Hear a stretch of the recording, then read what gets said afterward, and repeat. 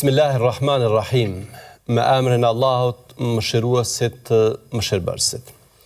Hajri ose e mira është diçka që e duam të gjithë, por jo që të gjithë kemi të njëjtin koncept për të. Për një besimtar, hajri dhe e mira përmblidhet në gjëra që me to synohet arritja e kënaqësisë Allahut te bareke o teala. Prandaj jo rrallë njerëzit dallojnë veprat që i bëjnë pikërisht për shkak të atyre perceptimeve që kanë për to. Ne sot para jush të nderuar teleshikues do të sjellim një koncept të veçantë për të mirën, për hajrin, cilin na ofron njëri prej dietarëve më menam të muslimanëve, Ibn Abdul Barri, Allahu e mëshiroft.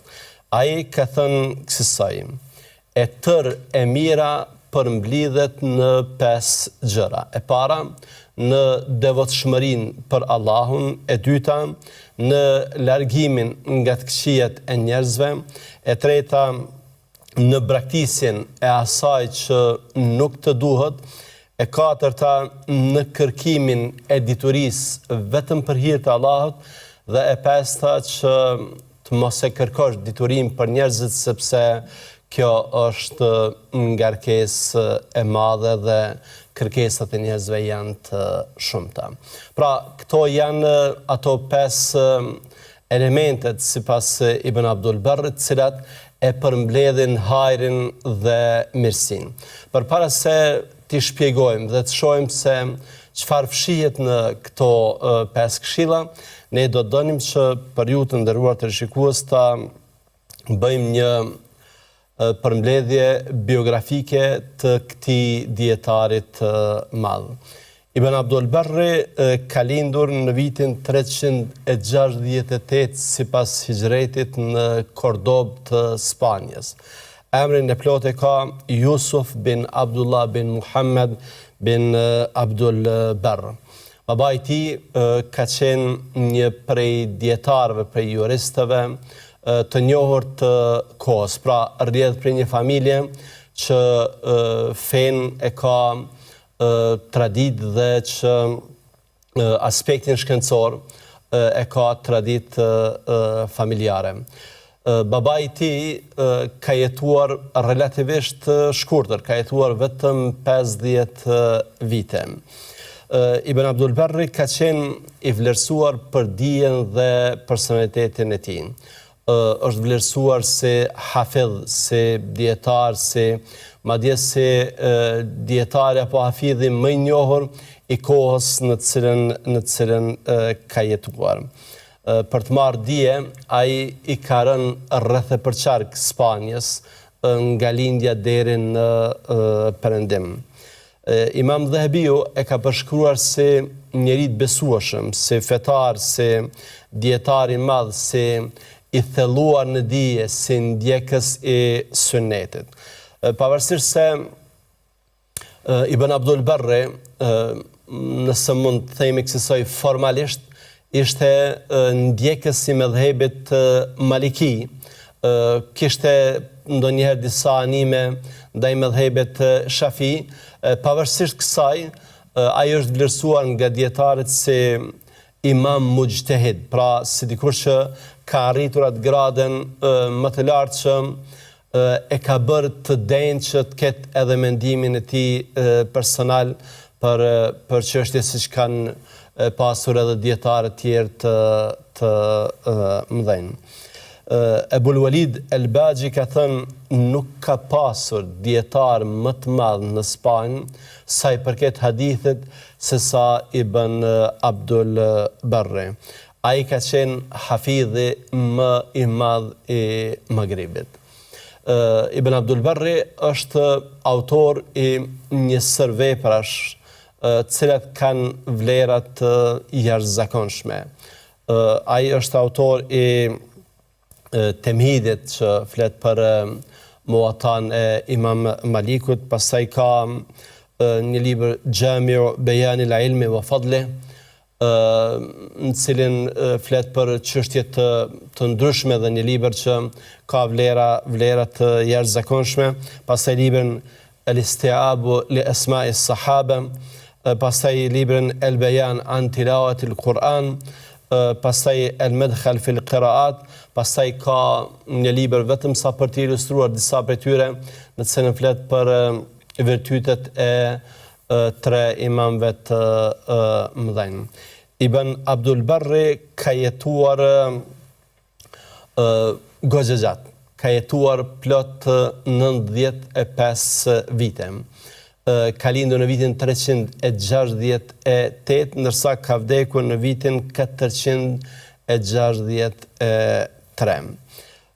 Tani me lejen Allahu te bareke ve taala ne do të mundohemi që të shpalosim disa prej atyre kuptimeve të cilat fshihen në këto këshillat e arta të këtij dietarit të madh, i cili në të vërtetë na ofron hajrin dhe mirësinë. Ibn Abdul Barri si komponent, si dimension, si diagonale, si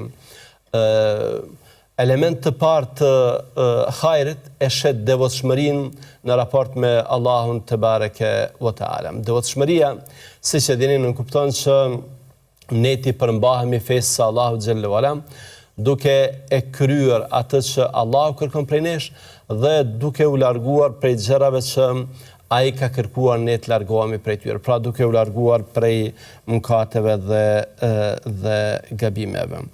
Devotshmëria, siç përmend Ibn Qayyimi, ne kupton që këto veprime të bëhen me iman dhe ihtisab. Pra, unë e kryej një veprim, një urdhëresë me besimin se Allah më ka urdhëruar dhe duke shpresuar se Allah më shpërblen për të. Dhe largohem nga një mëkat me besim dhe ihtisab, pra duke besuar se Allah ka ndaluar një gjë të tillë dhe duke pasur frikë në dëshkimin për atë mëkat. Ibn Rejebi, një dietar i njohur dhe i madh, ka thënë se në konceptin e devotshmërisë, e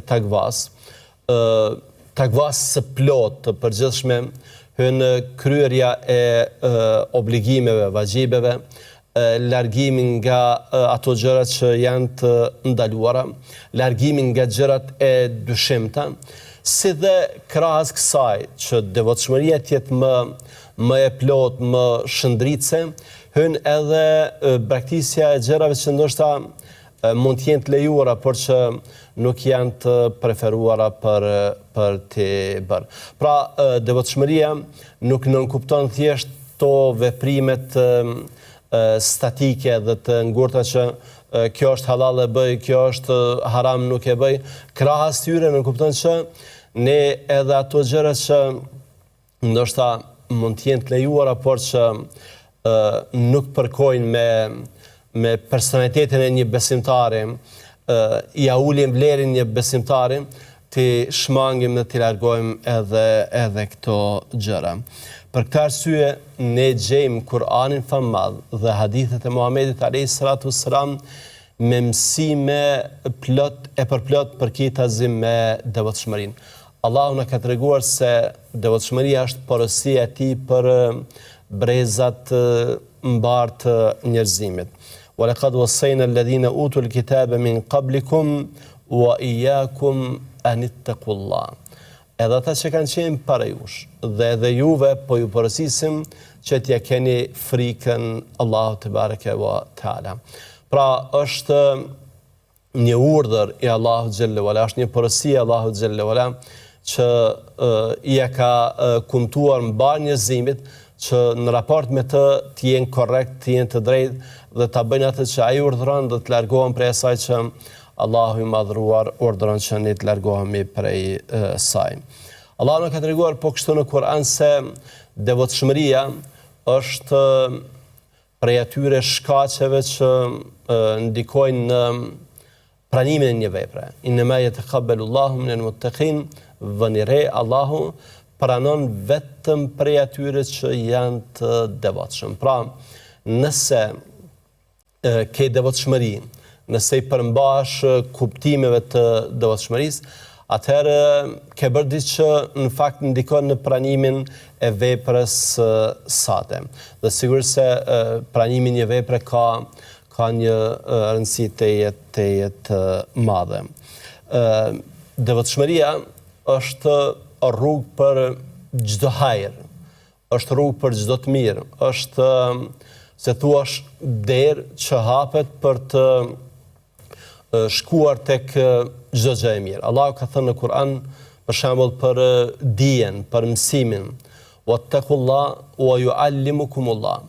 Keni frikë Zotin dhe Zoti do t'ju mësoj juve.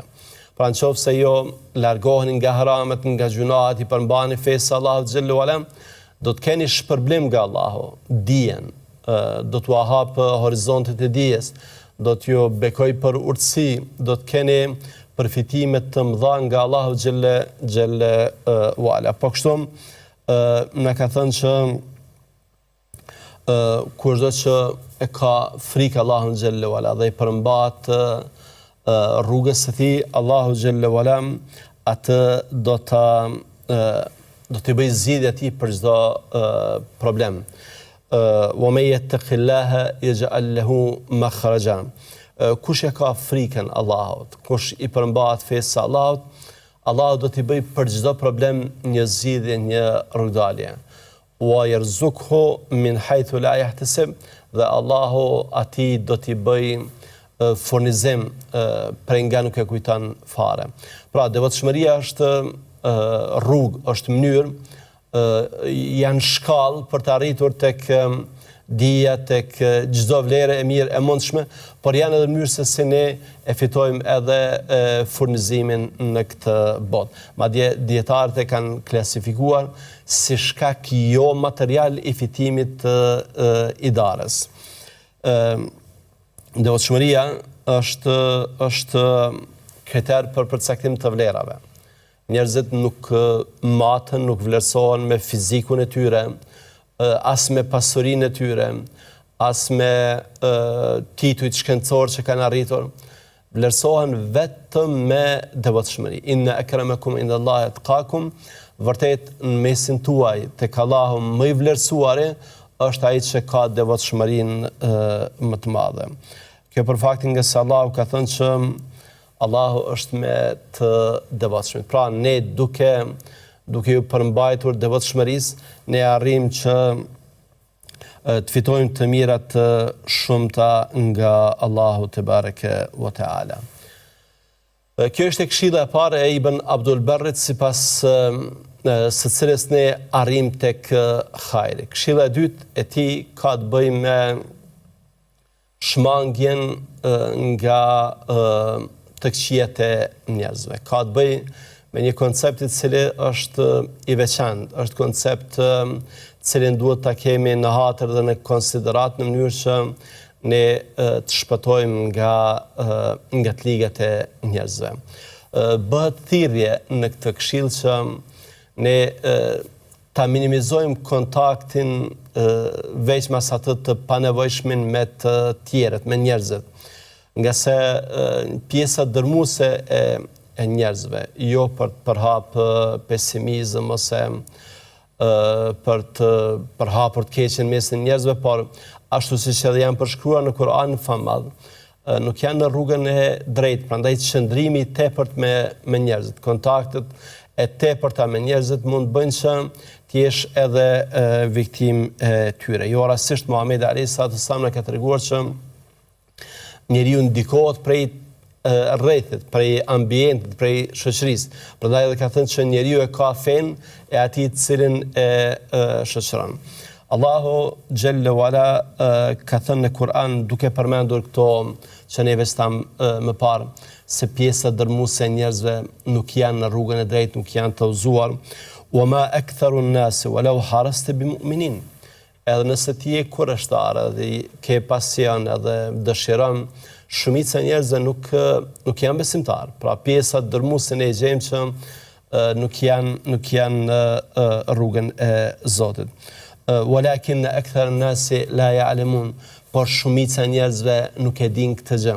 Pra, jo të gjithë kanë vetdijen fetare, jo të gjithë kanë pjekurinë fetare, jo të gjithë janë të vëmendshëm kashi gjërave që duhet të jenë të vëmendshëm. Prandaj qëndrimi me këta njerëz mund të ketë edhe pasoja personale. Fa'rid an man tawalla an dhikrina wa lam yurid illa al-hayat ad-dunya. Të largohu prej atij që ai ja ka kthyer shpinën fesë son dhe nuk dëshiron tjetër vetëm se jetën e kësaj bote. Pra, nëse njerëzit janë këta që janë, pra që nuk e duan fen, nuk i përkushtohen Allahut xhallahu ala, nuk falin namazin, nuk kryen detyrimet fetare, mirë po janë të dhënë vetëm pas dynjas, largohu ti prej tyre. Pra, janë thirrje kuranore që ne të largohemi prej tyre. Dietarët kanë përmendur rëndësinë e këtij aspekti, duke e shkoqitur në disa nivele. Në nivelin shpirtëror, kanë thënë ka rëndësi teje të madhe sepse nuk i ekspozohesh fitneve dhe sprovave. Sot qëndrimi me njerëz, qëndrimi i gjatë me njerëz, qëndrimi në ambiente të ndryshme, të bën që në një farë forme ti ekspozohesh sprovave, fitneve të cilat mund të kenë ndikim teje të negativ në jetën tënde. Prandaj, duke u larguar prej ambienteve të këtilla dhe duke u larguar prej njerëzve me bindje të këtilla, ne arrim që ta ruajmë aspektin ton shpirtëror. Në aspektin fizik ose në nivelin fizik kanë thënë që duke u shmangur nga njerëzit e ruan jetën, e ruan shëndetin tënd, pra nuk je viktim. Në aspektin emocional, psiqik, kanë thënë që duke u izoluar nga të tjerët, të arrin që t'ju shpëtosh inatit, mëri, zilis, hasedit të tyre, për shkak se sa më pak që njerëzit të dinë për ty, sa më pak që njerëzit të dinë se kush ti je, aq më i lumtur dhe aq më i mbrojtur do të jesh. Pra, sa më shumë privatësi që të kesh, sa më shumë që t'jesh i mbyllur, të mos jesh i ekspozuar para të tjerëve, aq më i lumtur dhe më i mirë do të jesh. Po kështu kanë thënë që në aspektin personal, duke mos u marrë me të tjerët, duke mos qëndruar me të tjerët, duke mos e kaluar kohën e shumë me të tjerët, ti do të gjesh kohë që të merresh me veten tënde. Dhe kush nuk ka nevojë prej nesh ne të merremi me veten tonë. Mirë, po këtu ka një detaj të nderuar vëllezër dhe motra, të cilit ne duhet t'i kushtojmë rëndësinë. Nëse nevoja e kërkon që ne t'jemi të pranishëm në mesin e njerëzve, qoftë për shkaqe udhëzimi, qoftë për shkaqe ligjerimi, predikimi, për shkaqe tjera, atëherë izolimi ose largimi prej tyre nuk është më prej atyre veprave që pëlqejet shumë. Nga se në një farë forme mund të tingëlloj edhe sikur po ikën nga përgjegjësia që ke. Prandaj pejgamberi alayhis salatu wassalam na ka treguar që el-mu'min alladhi yukhalitu an-nasa wa yasbiru ala adahum a'zamu ajran min al-mu'min alladhi la yukhalitu an-nasa wa la yasbiru ala adahum. Besimtari i cili përzihet me të tjerët, shoqërohet me të tjerët, qëndron me të tjerët dhe i duron prapësitë të ligat e tyre, është me shpërblim më të madh se një tjetër i cili vendos që për të mos ju ekspozuar këtyre prapësive të ligave, të mos shoqërohet fare me ta. Pra, aty ku na thret roli, detyra, ne duhet të shkojmë aty. Po bëjmë një pauzë të shkurtër këto për të rikthyer sërish me lenin Allahu te bareke ve teala, pas pak qëndroni me ne.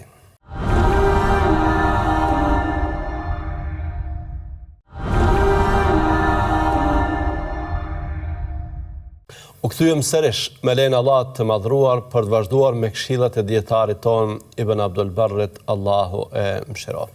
Këshilla e tretë e Ibn Abdul Barrit ka të bëjë me largimin nga gjërat që nuk janë në dobinë tonë. Madje ai edhe në mënyrë tekstuale e ka formuluar se për Islamit të mirë të një njeriu është që të mos merret me gjërat që nuk i interesojnë atij.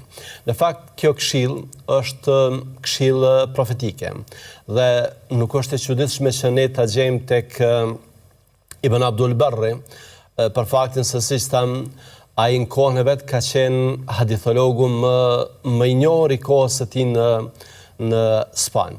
Prandaj ka qenë i mishëruar me këto mësime profetike të cilat i ka marrë për vete dhe i ka përcjell si këshill edhe tek të tjerët. Pejgamberi alayhi salatu wasallam ka thënë: "Min husni islamil mar'i tarkuhu ma la ya'ni." Tregues i një fetarie të avancuar, i një islami për plot gjallëri, i një islami të vërtet tek njeriu është braktisja e asaj në të cilën nuk ka dobi. Është një hadith i shkurtër të nderuar teleshikuesi, i cili megjithatë ka një vlerë të rrallë dhe tek dietarët të jashtëzakonshme. Siç ka përmendur për shembull Ibn Rajebi, ky hadith konsiderohet bazë mbi të cilën ndërtohet morali. Pra, nuk është thjesht një tekst, nuk është thjesht një citat, nuk është thjesht një hadith, por është një tekst i cili e vë bazën e moralit dhe edukatës të mirë. Nëse dëshiron që të kesh edukat, atëherë qysh në fillim, qysh në start, duhet që të largohesh prej gjërave të cilat nuk janë në dobinë tënde. Ibn Hamza Kenani këtë hadith e konsideronte si një të tretën e fesë. Pra, nëse fenë do ta ndalim në 3 pjesë, atëherë 1/3 e fesë është ky hadith. Pra që ne të largohemi prej gjërave të cilat nuk janë në interesin ton, janë të padobishme. Ibn Hajar Haytamiu ka thënë kësaj: Ebu Davudi për këtë hadith ka thënë se është 1/4 e fesë, ndërsa unë them jo 1/4, por është gjysma e fesë. Pra, është një konsiderat, një vlerësim i cili këtë hadith, këtë këshill në fakt Ibn Abdul Barrit na e përcjell, na ofron në këtë formë kaq të madhe dhe vlerësuese për të. Dietarët musliman kanë përmendur se çfarë ne kupton me braktisjen e gjërave të padobishme. Cilat janë ato gjëra? Kanë thënë kësaj: braktisja e gjërave të panevojshme nënkupton kupton që të braktisësh ato gjërat që nuk të duhen asgjë, as për fenë tënde, por as për dynjan tënde. Pra, janë luksi, janë gjërat e tepërta, janë gjërat që janë më shumë kuriozitete se sa që na duhen në jetën e vërtetë. Po që kanë thënë që me braktisjen e gjërave të panevojshme përfshihet çdo gjë në jetën tonë. Përfshihen fjalët, përfshihen veprat, përfshihet ecja për në vende që nuk ka nevojë të shkosh atje, përfshihet mendimi, përfshihet çdo veprim dhe lëvizje shpirtërore ose fizike. Pra, me fjalë të tjera, çdo gjë në jetën tonë e cila mund të jetë e tepërt, mund të jetë, edhe nëse në esencë mund të mos jetë haram, mund të mos jetë gjuna. Mirë, po që është e panevojshme, ne e braktisim atë.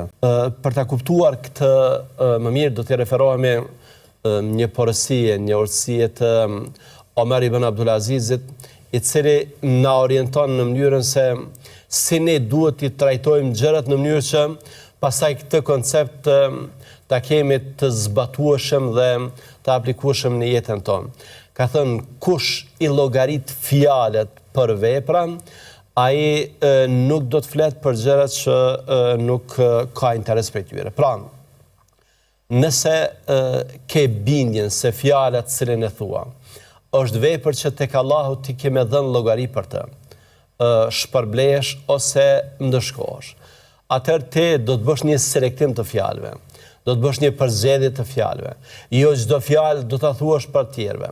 Jo çdo fjalë, madje edhe nëse nuk është e keqe, nga se nuk ke dëshirë që të dalësh para Allahut te bareke ve teala, duke pasur këtë barë, duke pasur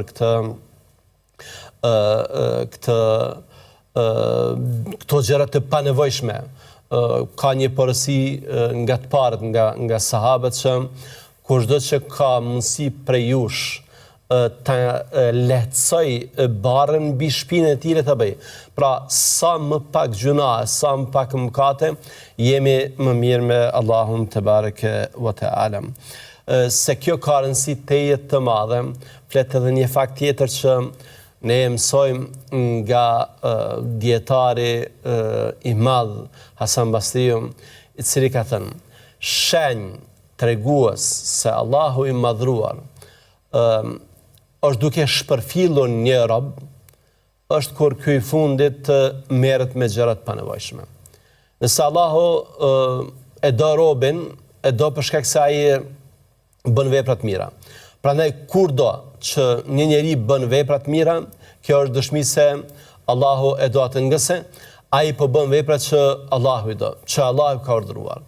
Dhe kurdo që e shet dikë tjetër, që merret me mëkate, që merret me gjunahe, madje që merret edhe me këto gjëra të panevojshme, atëherë kjo tregon se ky njeri nuk e ka dashurinë e Zotit, nga se më thuaj se çfarë bën, të them se kush je. Ke bërë gjunahe, ke bërë mëkate, e pastaj e pretendon dashurinë e Allahut, kjo është marrëzie llojit të vet.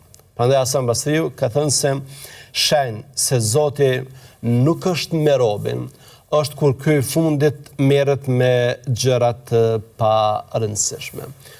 Marrja me gjërat të rëndësishme, marrja me gjëra që janë në interes tonë, është prej mënyrave se si njeriu arrin që të ngritë dhe të lartësohet.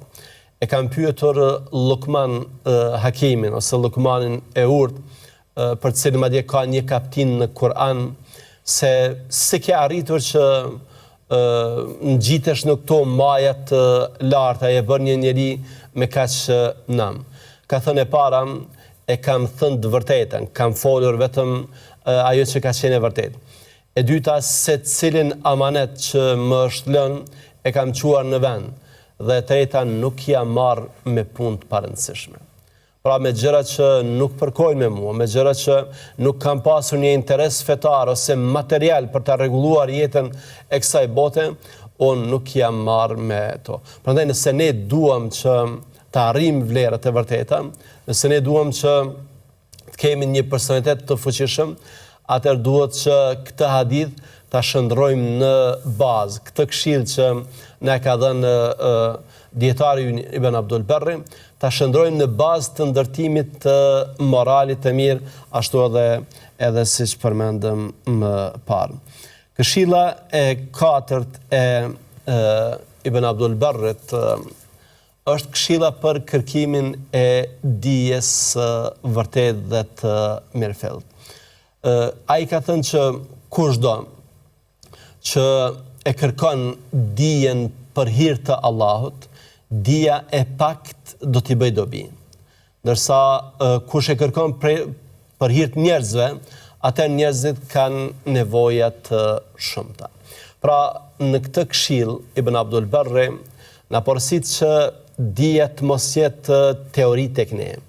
Dija të mos jetë thjesht përvetësim i informacionit, mbushje me informata, mirë po dija tjetë diçme të cilën ne e adhurojmë Allahun te bareke ve teala. Nga se edhe në Kur'an Allah na ka treguar që dija e mirëfillt, dija e vërtet, është ajo që na bën ta njohim dhe të bindemi Allahut te bareke ve teala. Inma yakhshallaha min ibadihi al-ulama.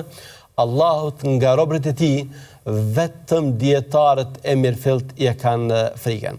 Pra, nëse dijen që ne e marrim, e përkthejmë në vepra, e adhurojmë Allahun me të, Allahu na thotë që ne të falemi. Allahu na thotë që ne të agjerojmë. Allahu na thotë që ne ta kryejmë haxhin. Allahu na thotë që ne të ndihmojmë të tjerët, i ndihmojmë. Pra kemi marrë dije që ndoshta në kuptimin sasior nuk janë të shumta, por që janë përkthyer në jetën tonë, atëherë ne kemi marrë dijen e vërtet, dijen e cila na bën dobi tek Allahu te bareke ve teala. Siç e dini, jo çdo dije, jo çdo informacion është i dobishëm.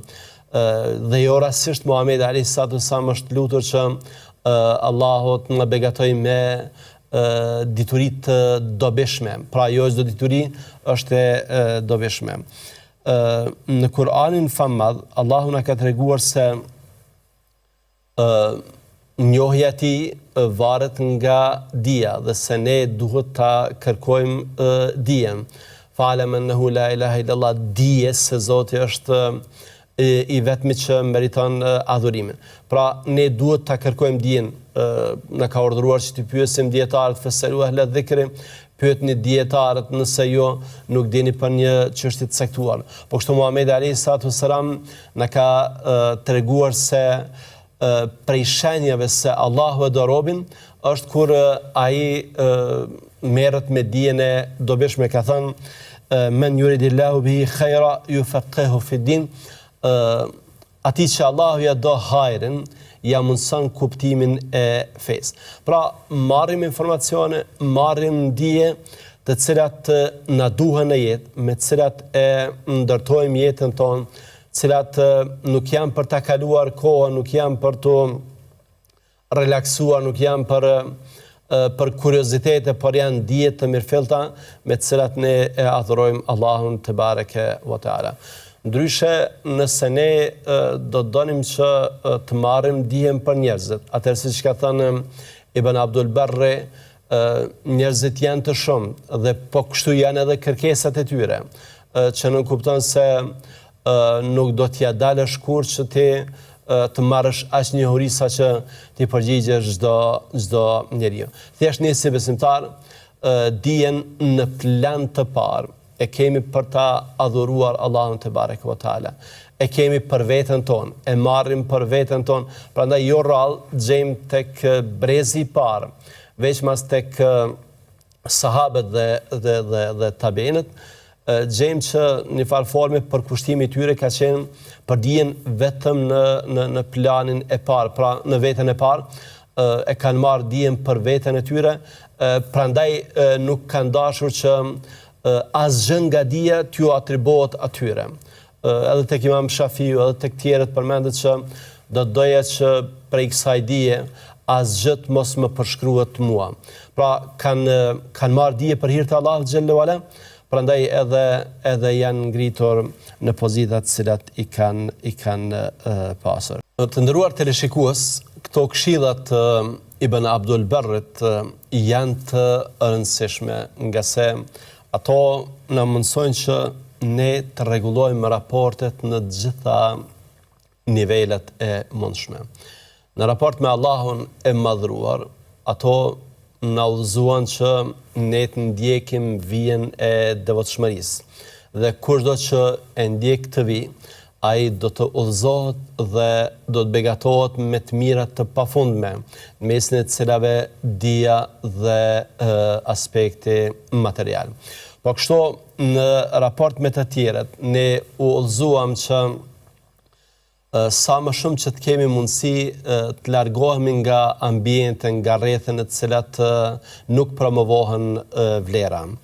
Po kështu në raport me ndërtimin e personalitetit ton, ndërtimin e vetës son, Ibn Abdul Barri na porosit që të largohemi prej gjërave të cilat janë të padobishme, janë të parëndësishme, të cilat nuk kanë ndonjë vlerë me të cilën ne mund ta ndërtojmë jetën tonë. E veçmas të largohemi prej gjërave që nuk përkthehen në adhurim për Allahun te bareke ve teala.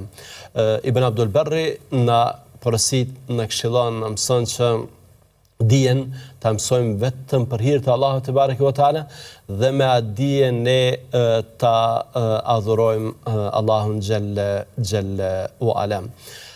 Pra me pak fjalë kjo është ajo e mira që në bazë të këtyre elementeve, në bazë të këtyre përbërzve arrin që të merr trajt dhe të jetësohet.